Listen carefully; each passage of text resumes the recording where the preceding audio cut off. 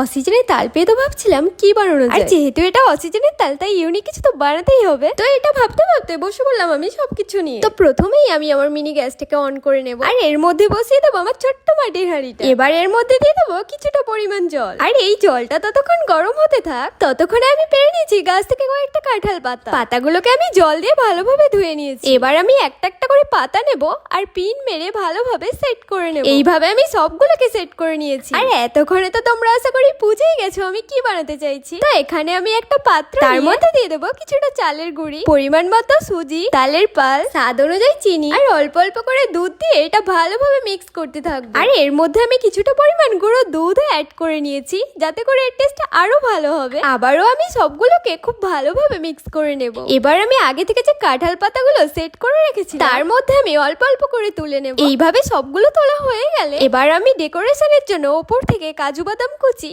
আর কিশমিশ ছড়িয়ে দেবো। এবার তো এটাকে স্টিম দেওয়ার পালা। এদিকে আমার কাছে তো এত ছোট স্টিমার না থাকায় আমি চা ছাঁকুনিটাকে বসিয়ে দিয়েছি। এবার তো আমি একে একে সবগুলোকে সাজিয়ে দেবো। এবার এটাকে ভালোভাবে স্টিম হওয়ার জন্য আমি উপর থেকে ঢাকনা দিয়ে দেবো। এবার অপেক্ষা করতে থাকবো 15 মিনিটের মতো। তারপর ঢাকনাটা খুলতেই দেখলাম একটা সুন্দর ঘ্রাণ বেরিয়েছে, আর পাতার গা থেকে এটা ছেড়েও আসছে। তার মানে এটা তো একদম তৈরি হয়ে গেছে। আর এটা দেখতে দেখো কতটা সুন্দর লাগছে। এবার তো এটাকে নামিয়ে নেব আর একটু ঠান্ডা হওয়ার জন্য অপেক্ষা করব।